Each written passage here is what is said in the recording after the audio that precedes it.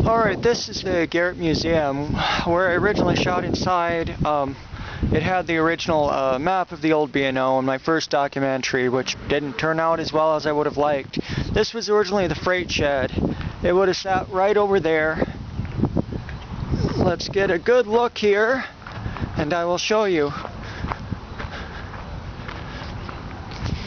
The original depot would have been right there by that siren. Let's zoom in a little.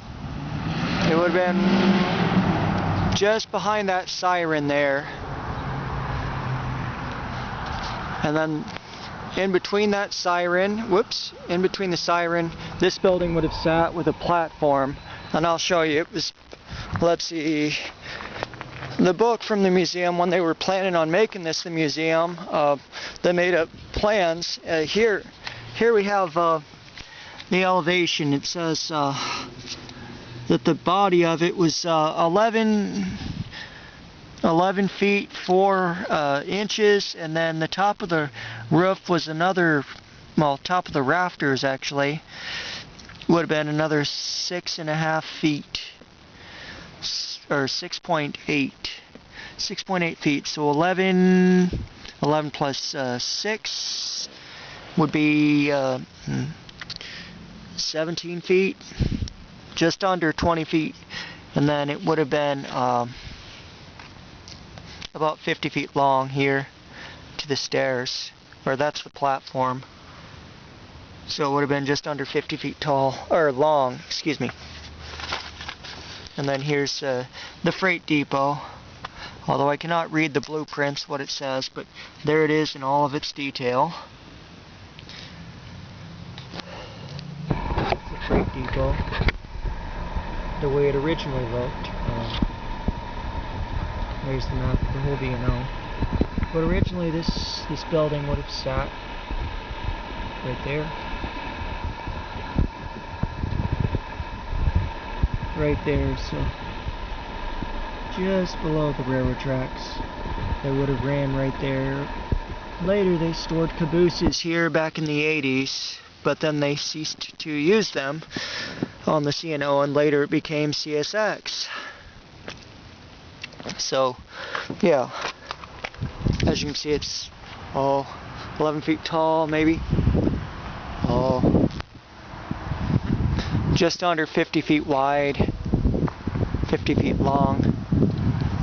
Now, Coal Tower, on the other hand, was down there. You see that signal? This gargantuan thing here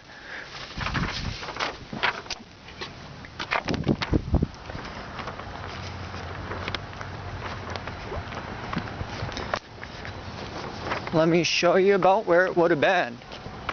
It would have been the apex of this turn on this road here. Originally, this little thing here, this little roadway, would have been the coal tower track to feed the, it would have went under the, in between the shed for the coal cars, or coal gondolas, and the scoop that would have came up the side here.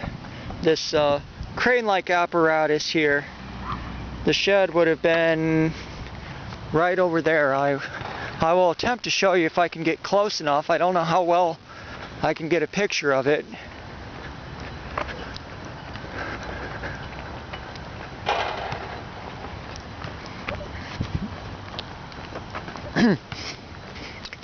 I'll have to make this quick.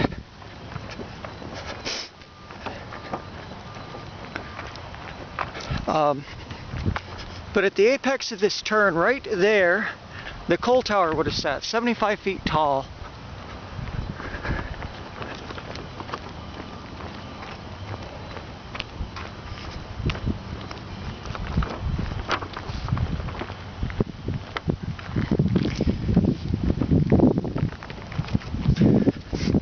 I probably shouldn't go this far up, but I want to show you the cement block.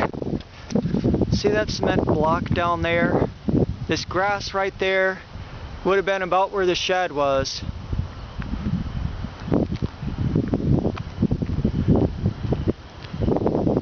And then you got the little iron band sticking out. This is a sewer now. But right over here you got this little iron band sticking up out of the ground. Right here would have been the footer of the coal tower. You got this iron band. The shed would have sat here in this area, and I need to be going. These are some old ties, but right there would have been where these sheds sat for the coal tower. This thing at the far right there. Whoops, this thing right there.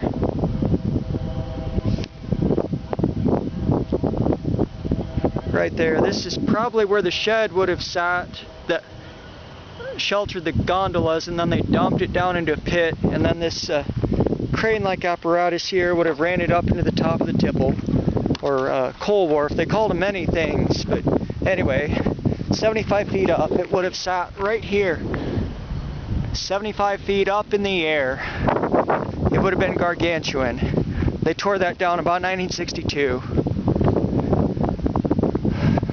And then down there, I don't know if you can see it really well, but the building in between the lights would have been the electrical department.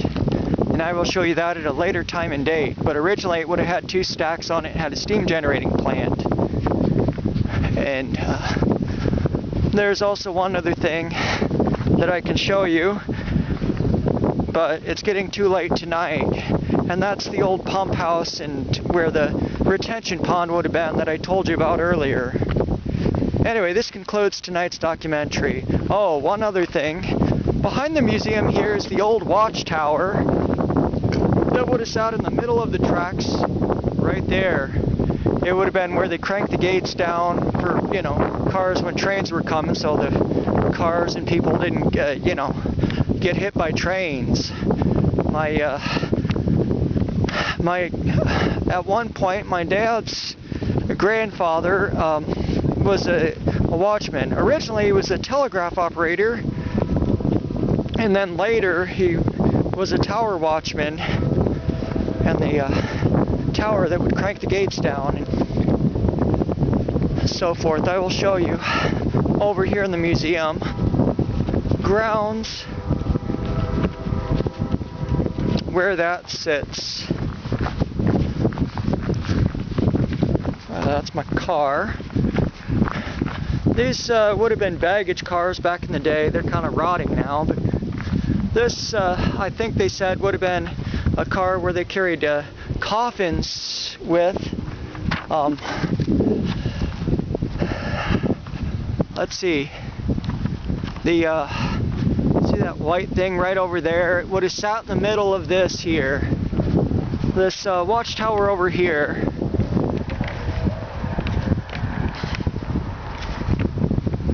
And it would have had a little coal stove in it to heat it during the winter. But these are the last vestiges of the B&O. Take a good look. This and this. And then the footers of the buildings. And obviously you have a few rail cars here.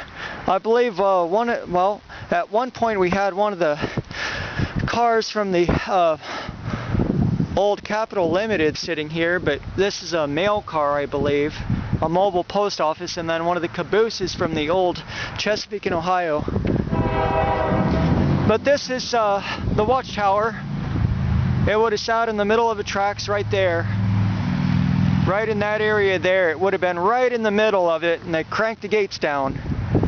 And then there would have been an inspector's office, or excuse me, there would have been another freight shed where the liquor store there sits.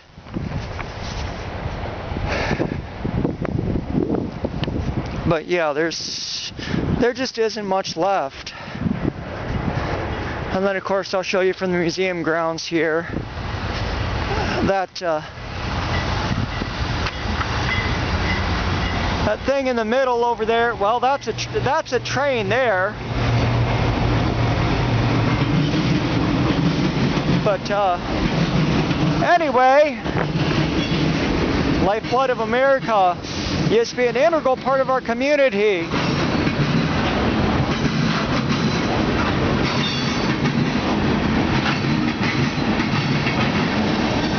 But that area just beyond that office there would have